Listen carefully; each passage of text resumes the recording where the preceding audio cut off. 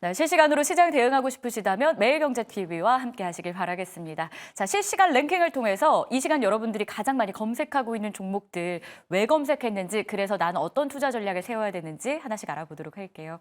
자, 오늘 함께 하실 분은요, 오리드홀딩스의 권영우 대표를 모셨습니다. 안녕하세요. 안녕하세요. 네, 먼저 1위부터 10위까지 가장 많이 검색된 종목들 열어보겠습니다. 자, 1위에는요, 에이징랜드가 있습니다.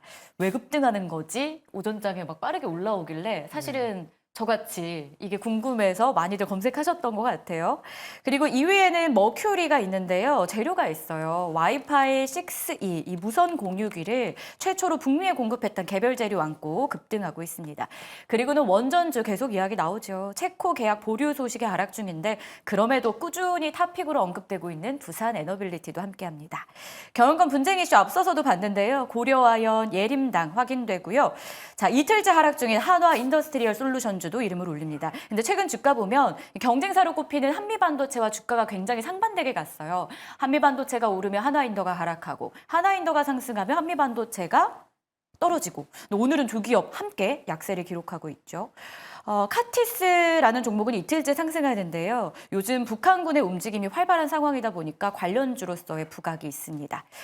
그리고 오늘 상장한 기업이 있어요. 10위에 있는 성우. 근데 아쉽게도 공모가를 하회하는 그런 성적을 오늘 나타내고 있습니다. 자, 이 가운데 1위 기업부터 한번 가볼까요? 에이징랜드인데요. 앞서 이야기 나왔지만 상승하는 이유부터 좀 들어봐야 될 것 같아요. 저도 아까 뉴스를 봤더니 네. 그 엔비디아를 능가하는 AI 가속 칩을 이제 국내에 연구진이 개발을 했다고 발표가 나오면서 에이징랜드가 좀 부각을 받았던 것 같거든요.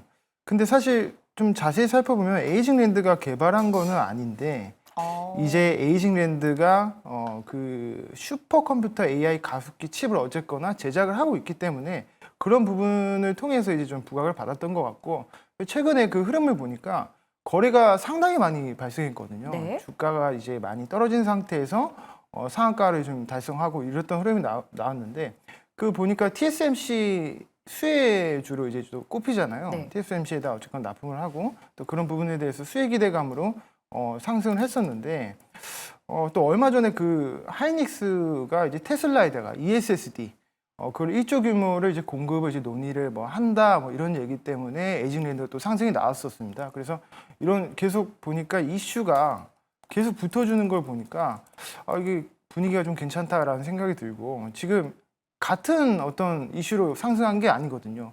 최근에 그 한 근 10일 동안 다른 이슈로 계속 급등이 나온 걸 보니까 이게 저번에 넥스틴 리포트 나왔을 때 이게 지금 장비주 대장인 한미반도체가 어쨌거나 좀 떨어지고 있는데 이런 전공정 장비주들이나 이런 소부장들이 상승할 수 있을까 그런 생각을 했었거든요. 근데 오늘 흐름을 보니까 뭐 테크윙도 그렇고 이유 없이 상승이 좀 나오고 있거든요. 테크윙도 그렇고 유니셈, 제우스 이런 전공정 소부장들도 좀 상승이 나오는 걸 봤을 때 이 반도체 소부장들이 개별적인 어떤 모멘텀으로 좀 상승이 나올 수도 있겠다라는 생각이 듭니다.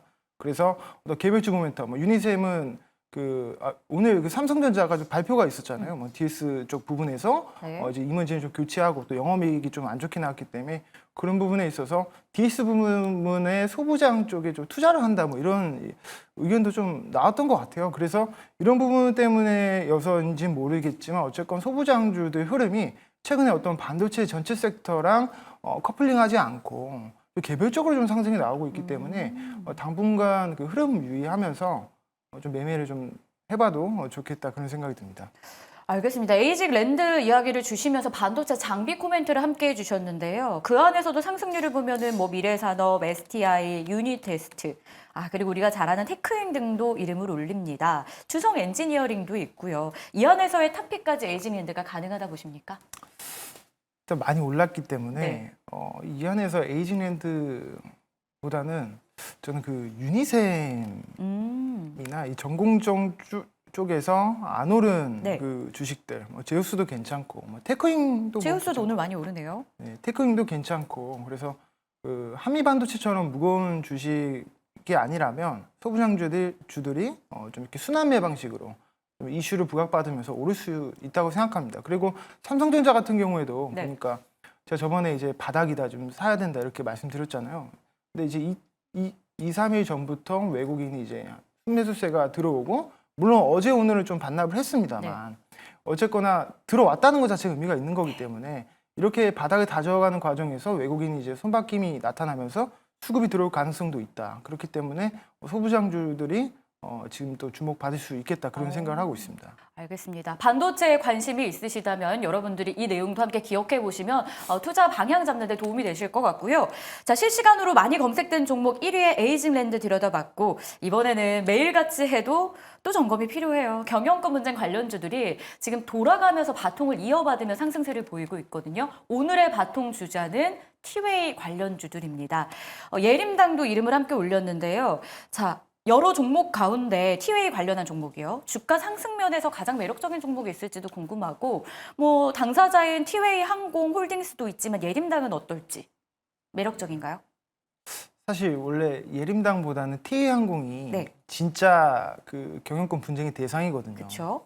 예림당이 이제 오르는 이유는 대주주입니다. 근데 예림당을 그래서 인수하는 게 티웨이항공을 사는 것보다 어떤 가격적인 측면에서 더 매력이 있다고 생각을 하는 것 같아요. 근데 사실 예림당을 인수할 수가 없는 이유는 최대 주주가 이미 52%가량, 그러니까 대주주단이 그 예림당의 52%를 가지고 있기 때문에 아무리 예림당을 매수한다 하더라도 예림당을 장악할 수 없거든요. 그러니까 예림당을 장악할 수 없기 때문에 사실 티웨이항공 쪽으로 공략을 하는 게 오히려 경영권 분쟁을 하는 입장, 대명소노 입장에서 더 적합한데 그럼에도 불구하고 예림당의 상승이 나오는 이유는 그냥 테마성, 그러니까 그 시가총액이 지금 굉장히 가볍습니다. 500억, 700억 정도 나오는데 또 테마의 수급을 이어받아서 상승이 나오는 부분 같고 대명소돈 시즌도 같이 오르잖아요. 그래서 이런 부분을 종합했을 때 예림당이 상승이 나오는 이유는 어떤 직접적인 그런 연관성보다는 그냥 그 테마성의 성격이 좀 짙다 그렇게 보고 있고 지금 경영권 분쟁이 계속 되고 있잖아요. 네. 대명소노 시즌이 저번에 이제 발표했던 거는 지분을 매입할 생각이 없다. 우리는 내부적으로도 검토를 하지 않는다. 뭐 그렇게 발표를 하고 나서 계속 지금 그 행보를 보면 자금을 조달을 하고 있습니다. 리조트를 담보로 대출을 받고 그리고 대명소노 시즌의 그 지주사격인 그 소노 인터내셔널이라고 해서 소노 인터내셔널이 오늘 PSR 형태로 이제 3천억 규모로 자금을 조달을 지금 추진하고 있습니다. 그거는 총알이 장전한다는 뜻 아니에요? 그렇죠. 그래서 이제 합리적으로 이제 투자자들은 이거는 합리적인 의심이 든다 이렇게 생각을 하는 그러네요. 거죠. 예. 그래서 이제 그 오늘 이렇게 티웨이항공이랑 예림당 이런 티웨이항공 애들이 좀 상승이 나왔는데 며칠 전에 그 고려아연 며칠 전이 아니죠 어제죠. 어제 이제 고려아연이 유상증자를 2조 5천억 가량 이제 발표를 하면서 하한가를 마감을 했고 오늘도 지금 개파락 시작을 했는데 이게 경영권 분쟁이라는 테마가 그래서 위험한 부분이 있습니다. 이게 언제 어떻게 악재가 터질지 모르고 저번에도 말씀드렸다시피 주주 배정 유상증자를 할 수 있다. 그렇기 때문에 조심해야 된다. 이건 고수들의 영역이다. 이렇게 말씀드렸습니다. 그렇지만 그럼에도 불구하고 경영권 테마 이쪽에는 계속 관심을 가져야 되는 이유가 시장이 좋지 않습니다. 시장이 좋지 않은 상태에서 지금 주도주가 부재하고 네. 주도주가 부재하기 때문에 수급은 테마로 쏠릴 수밖에 없고 그러면 테마 안에서 가장 지금 핫한 게 경영권 분쟁입니다. 한미사이언스도 어제 시장의 그 메카 대장이 됐었고 그래서 이런 부분들을 감안했을 때 앞으로 흐름을 지켜보자면 한미사이언스도 12월에 주총 전에 이슈를 받아서 갈 수도 있고 예림당 같은 경우에도 계속적으로 좀 주목하면서 좀 이렇게 매매를 하는 게 좋겠다라고 생각합니다. 대명소노 시즌에 대한 주목도는 어느 정도로 보세요? 대명소노 시즌은 네. 예림당, 대명소노 시즌, 티웨이 항공 우선순위를 보신다면요? 저는 솔직히 말씀드리면 네. 예림당이 직접적인 관련은 없지만 주가 상승 여력으로만 보면 가장 네, 1순위고 맞습니다. 2순위로는 2순위로는 티웨이 홀딩스가 네. 그 다음으로 가볍기 때문에 유일하게 지금 그 전고점의 그 라인을 돌파한 게 티웨이 홀딩스거든요. 근데 이거는 제가 언급을 안 드렸던 게 이 네. 동전주를 싫어하시는 분들이 워낙 많아서 그쵸. 근데 또 이제 집회주를 앞두고 있습니다. 이제 970원, 990원 거래가 되고 있는데 매매를 좀 적극적으로 하고 싶다 하시는 분들은 TA홀딩스 혹은 예림당 공략하시는 게 좋고, 나는 조금 볼륨을 크게 가지고 움직이기 때문에 너무 변동폭이 큰 거는 무섭다 하시는 네. 분들은 TA항공 이쪽으로 공략을 하시는 게 좋겠다, 그렇게 생각합니다. 잘 참고해 보도록 하겠습니다. 이렇게 해서 실시간 검색 상위 종목들에 대한 전략 세워봤고요. 이번에는 리포트 가장 많이 검색한 종목도 볼게요. 오늘 발행된 리포트 기준으로 가장 많이 참고하신 내용들이에요. 1위부터 5위까지. 먼저 1등은 대신증권에서 발행한 유한양행입니다. 목표가를 18만 원으로 상향하고 있고요. 2위에 삼성 SDI 3분기에 이어서 4분기에도 재고 조정 영향을 받으면서 실적 부진을 예상합니다. 목표가는 47만 원으로 하향되네요. HD 현대일렉트릭 신한투자증권에서 발행했는데 잠시 후에 좀 더 자세히 이야기 들어보겠고요. 유진투자증권에서 포스코 인터내셔널 리포트를 보여줍니다. 합병 이후 최대 수익성 달성했고 여기에도 대왕고래 시추 사업 참여 가능성 등 긍정적인 이벤트가 풍부하다. 편안한 투자처가 될 것이다 라고 추천합니다. BNK 금융지주 3분기에 실적 선방을 발표합니다. 하지만 1, 2분기 대비해서는 정상화 속도가 좀 느렸다는 평가도 공존하는데요. 이걸 또 타개할 수 있는 주주 환원율을 공격적으로 제시했다라는 부분은 꽤 긍정적으로 살펴보면서 약속 잘 지키는지를 지켜보는 게 중요하겠다라는 내용 담겨 있었습니다. 자, 1위 종목 유한양행부터 이야기 들어볼게요. 실적도 실적인데 27년까지 배당금을 30%까지 늘린다는 소식도 전해지고 있습니다. 근데 여전히 고민은 장기간 기어가던 주가가 올해 가파르게 올랐기 때문에 이 고점 아닌지에 대한 부담이 매일 공존을 해요. 그럼에도 자꾸 고점을 높이고 있어서 나만 못 사나 살 걸 이란 말이 정말 많이 나오는 종목입니다. 전망 알려주시죠. 네, 어떤 유한양행은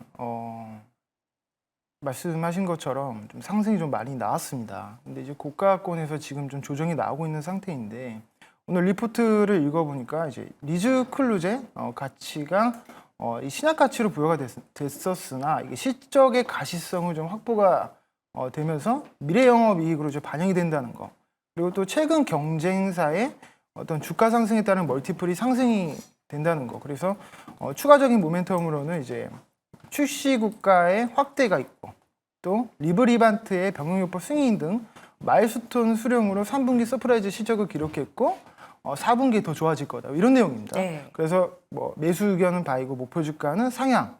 그래서 추가적으로 상승할 가능성이 높다, 이런 얘기인데, 저는 그 헬스케어 쪽은 계속 좋다고 생각하거든요. 왜냐하면 어쨌거나 외국인 패시브 자금이 계속 들어오는 부분이기도 하고, 2차 전지 섹터, 헬스케어, 방산 이렇게 돌아가면서 지금 상승이 나오고 있습니다. 하루는 2차 전지에서 이제 외국인이 수급이 들어오면 2차 전지가 오르고, 또 헬스케어 쪽은 또 2차 전지를 팔고 헬스케어 쪽으로 외국인이 들어오면 그쪽으로도 상승이 나오는데, 지금 좀 더 눌릴 가능성이 있다고는 생각이 듭니다. 왜냐하면 제가 단기적으로 좀 너무 많이 올랐기 때문에 이격을 좁히는 그런 흐름이 좀 나와야 되지 않나라는 생각이 들고요. 그래서 장기 투자로는 좀 적합한 종목이지만, 그래도 좀 더 가격이 눌렸을 때 13만 원대 초반 정도에서 1차적인 매수를 들어가는 게 좋겠다라고 생각을 하고 있습니다. 장기 투자 가능하다, 유한양행이었는데요. 사실 HD 현대일렉트릭 리포트를 들여다봐도 장기적인 성장이 가능할 것이라는 의견이 나오고 있어요. 하지만